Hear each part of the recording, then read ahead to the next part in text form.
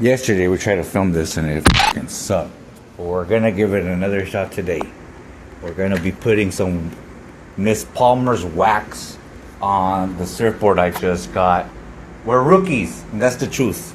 But before I get started on that story, I wanted to bring up that I didn't even want to put wax on this surfboard. Why are we covering the art? I'm a graphic designer, so I have a deep appreciation and respect a composition. And just to scribble over everything with wax, it kind of blew my mind. I mean, if anything, I've seen people put like pads on this and like grip pads, and then you designed around it. The most popular method. So let's get started. I have mine hung up. Ass motherfucker. Okay. There we go. There she is. Nearest surf shop to us is called Hawaii Surfboard Factory. Surfboard Factory. They noticed that we were kind of confused walking in. I asked them where the wax was at, and they had it right in front of them. You need a bottom coat and a top coat. Those are the words she said. My son took the liberty of getting started on the base coat. Cross hatching is what this is called, cross hatching.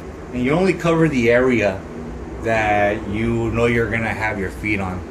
The base coat is almost done. I'm gonna put a little bit more. This comes out looking like a chocolate bar. You breaks in half. It smells really good, like horchata kinda. They could have labeled this horchata flavor and I would have believed it. So I'm using the fat side. Look at that. I'm doing this my own way, like a marker. It's like one of those thick ones. Honestly, I think we're good. That's a base coat if I've ever seen one. And then you need to make circles. Now the tropical coat. This top coat is appropriate for tropical oceans.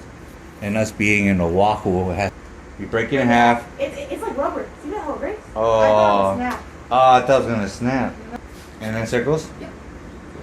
And you probably have to do that a lot. So we're looking for pearls apparently. Looking for little pearls to start coming out.